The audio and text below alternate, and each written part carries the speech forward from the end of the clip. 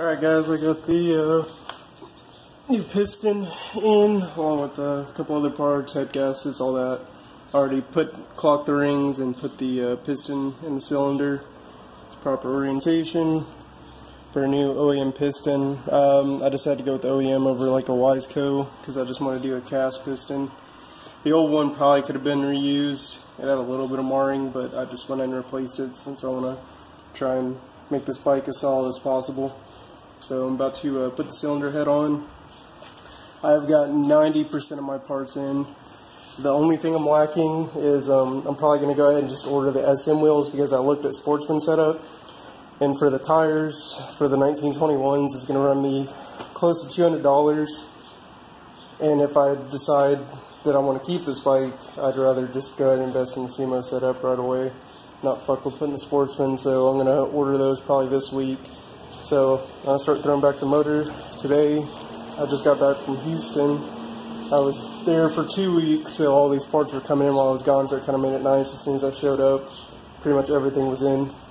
I got this badass temperature gauge radiator cap. Since the cluster, I'm just going to do a vapor on it. I was looking at the Koso clusters, but I'm kind of worried about the quality on them, so I just went and picked up a vapor from Cycle Gear locally. I may add it might have a temperature gauge native. I have to check. I know there's attachments if it doesn't come with it. Got that. I'll go over all the parts later. I want to get this motor together first. So start on that, get the motor together, make sure it cranks up, and then I'll go over all the parts. I'm not going to show me doing the motor because there's tons of videos. Hell, I watched a few just to make sure, since I've never done a top end rebuild on a bike. I've changed the head gasket on that DRZ over there, which I still need to finish fixing. That's another story, but I've done a head gasket, but I've never actually replaced a piston or everything, so I did some research and watched videos from like Rocky Mountain ATV and stuff. And I also have I printed out the pages I needed out of the service manual for the KX450. Any like key points, basically torque specs on bolts, etc. So I've got all that info on hand if I need to look at it. So I'm going to get this motor back together, get oil and coolant back in it, and hopefully I have time to crank it over today. I'll see how late it is. Should have time, but we'll see. So I'll be back with you guys once I get the motor back together.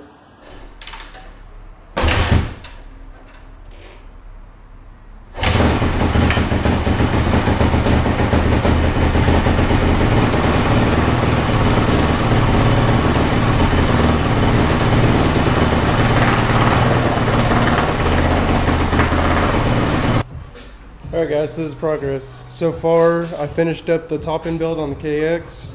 It's back together. I just did a startup on it. I'll probably put that at the beginning of the video, but it's back together running. Honestly, sounds the same as it did before I did the top end, but the head gasket was definitely blown, so it needed to be done regardless, and I just went ahead and did the new piston. Here's the old one. It wasn't in terrible shape, but I might be able to reuse this later if I needed to for some reason. Excuse me. And then, yeah, there's the head gasket, so that was for sure shot. You can see all the rubber sealing material is gone. So it's definitely minimum needed head gasket, but since I was tearing it apart that far anyways, I just threw a new ring set, piston, and gaskets and all that in it. So it's back together, so now we start the actual SM build. I actually came up on something, luckily. So like I said in the first video when I was going over the bike, I was going to do Sportsman setup, because my goal is to try and get this thing street legal before this weekend. It's Monday today. I want to try and get it, at least if I don't actually get it registered, then at least get all the parts to have it ready to be registered on it before the weekend. I have a pretty slow week at work, so hopefully I'll be able to knock most of it out. And I'll go over the parts that I purchased for this for you guys. A few parts already put on when I put the bike together. Like I did this Outlaw Racing temperature gauge. You can see it's slightly warm because I have the bike running. But The only complaint about this is that when the bike is actually running, the needle kind of vibrates from the bike's vibration. But, you know, you can still get a rough estimate of where your temperature's at. If it's coming over here in the red, you know, you're running real hot, so you need to shut the bike down. I may do a fan kit on it later. What else did I put on this? I put a magnetic drain bolt in it, which you can see down here. See this black bolt right there? It's a magnetic drain bolt because they don't come with one factory, and I wanted to have that in there.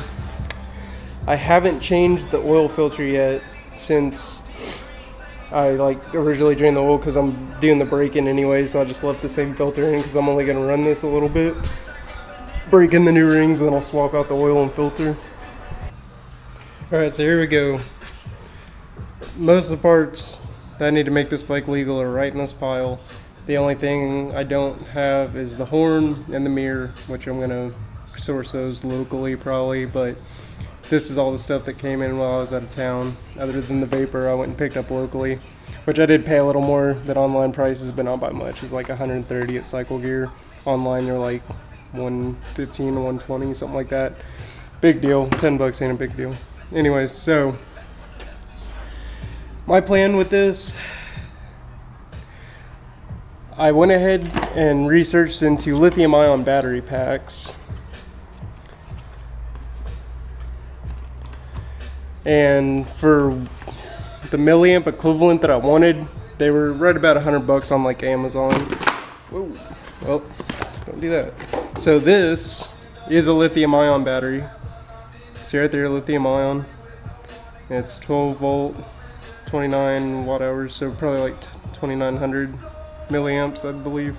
I don't know what watt hours is, but I think it's the same thing essentially. But basically, I'd paid exactly for this locally as I would have a battery pack, like an RC battery pack, and this is actually meant for what I'm going to use it for, so I just would rather have this than do the battery pack. The battery pack it works fine, there's no issues. Tons of people have done it on total loss setups.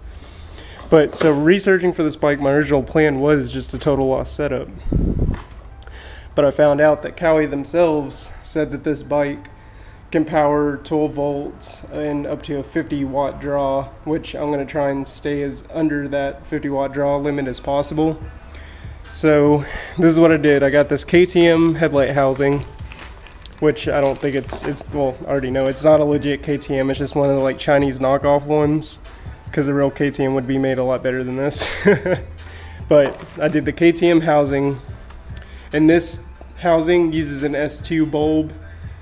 I don't know what the stock KTM ones, like the legit ones, use, but so a stock S2 bulb has a 30 watt draw, but they put out on, it's like scooter lighting, it's really low power. So I bought this light, it's an RTD, and I can put like Amazon links to all the stuff I bought, and this is equivalent to a 30 watt draw. I don't think it actually is a 30 watt draw, but even if it is, that leaves me headroom still for the tail light. That's the only things I'm going to be running off the battery, is the headlights and tail lights. So this bulb is already in there, you can see it right there. When you look up the RTD light, it's an S2, it's got a little fan that you can that cools the bulb, and then it's got a high and low mode. I already tested it out, but it's decently bright. I haven't like taken it outside at night, but I think it's good enough to keep me happy. If not, I have other options I can go with, like add an external battery powered LED bar or something. So let me continue with the parts. Here's my brake light. It's got a running light and a brake light, and then I can mount my plate underneath here. I have a LED license plate light. This is just a white LED that I'm gonna put right here underneath the red LEDs, and that'll give me my plate light for the license plate. These are the key parts. So this is the Baja Designs harness. This is just straight from them. This plugs straight into the factory stock wiring on the KX450s, the FI ones, 2009 and up. And what this allows you to do is tap into, I believe it's the diagnostic port is the one it plugs into. It's one of the ones behind the headlight. I have to look at the parts a little more, but it gives you that 12 volts that I was talking about. So my plan was to just run the headlight and tail light off of that source, and I'm gonna have the battery as a backup power source. I need to figure out how I'm gonna do that though. Easiest way, since I'm not a wiring guru, would be to make two different plugs. Essentially, one, basically wire the harness, the headlight and tail light, and the handlebar switch all to a plug that I can just swap on the fly if I need the bike to basically run the lighting off the battery and not the stator. So that's option one. Or try and make some type of switch. The problem with adding in a switch is that now that I'm thinking about it, if I did a 2-position switch, that should allow me to have which source I'm powering everything off of. So that may be the better option at this point. Have like the first switch be off the bike's power, middle would be off, and then the third position would be drawing off the battery. So I think that's how I'm going to wire it. So I had to pull the seat off and show you, but the battery is just going to sit inside of the air box, and I'm going to make a little holder for it. Luckily, I really need the seat off to show you, but there's a cross member bar that runs on the subframe that's right on top of the airbox. So I'm going to make a little L bracket that will suspend the battery in there, and I'll just secure the battery to that. So this is the main part of the SM build besides wheels, is getting all the lighting and wiring done. And then here's my 2 brake switches. One is Baja Designs, and it's a angled one, which I'm going to use. I think the angled one would be best up front. Yeah, the front. So this angled one will go here so that the wiring's not hanging straight out. So I'm gonna put the angled one up here on the front, and then I'll have my wiring coming off. And then the rear one is gonna be the straight one. I was gonna do a pull type switch, but I don't think I have enough room. I might, but where this clips on, there's not a whole lot of room. So I don't know if an angled, they have a pull type brake sensor switch that basically replaces your rear brake or turn spring right here, and I'm not sure if I'd have enough room for it to clear since it's so close to the case. So I'm just going to do this route, which will put this right back here, and I should have clearance because, well, actually, come to look at this, I might not. I may have to put the angled back here. I don't know. If anything, I can just run the front brake switch for temporary until I figure out something for the rear. I don't know. We'll cross that hurdle when we come to it. As long as I have at least one functioning brake switch, we're good. So I need to start tearing off these again. I probably shouldn't have put them on. I just wanted it to look pretty for the startup video to show it works.